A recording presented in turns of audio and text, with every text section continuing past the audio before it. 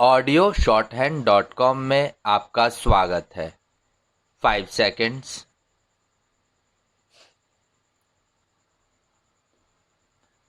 Start.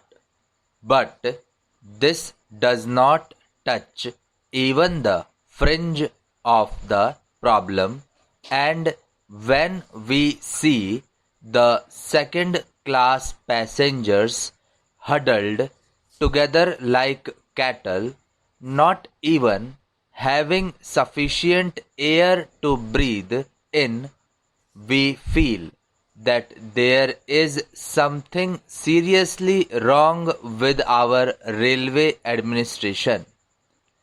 We have also to see that the shortage that we had about the supply of wagons to the coal mines and to our steel industry is not there.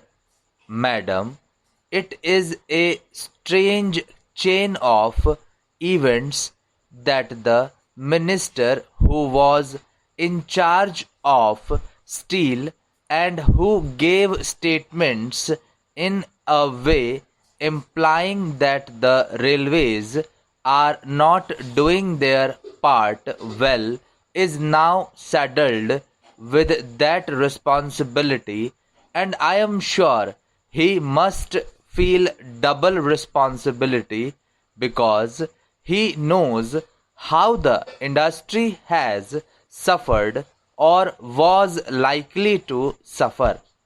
As the Minister of Steel, he charged the Railway Ministry of not doing things which should have been done.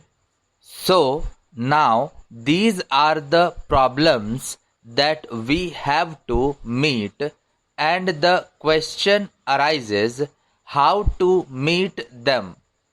I quite understand that there could be some economy affected in administration.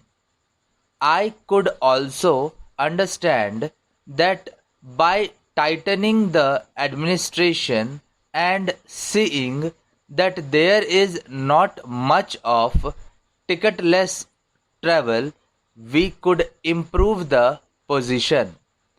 I could also understand that by taking effective measures regarding the new responsibility which Parliament has placed on the shoulders of the Railway Department, namely the liability of a common carrier for goods for which they have provided rupees 2 crores, and by having all these things in mind, there could be some reduction in expenditure. But I do not think that reduction would be of a value sufficient to meet the increasing demands of the railways. That is the problem. It is true that it will be hard to increase any fare.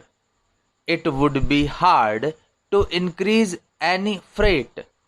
We do realize and we do appreciate it, and as representatives of the people, we do feel every day that our people are being taxed more and more.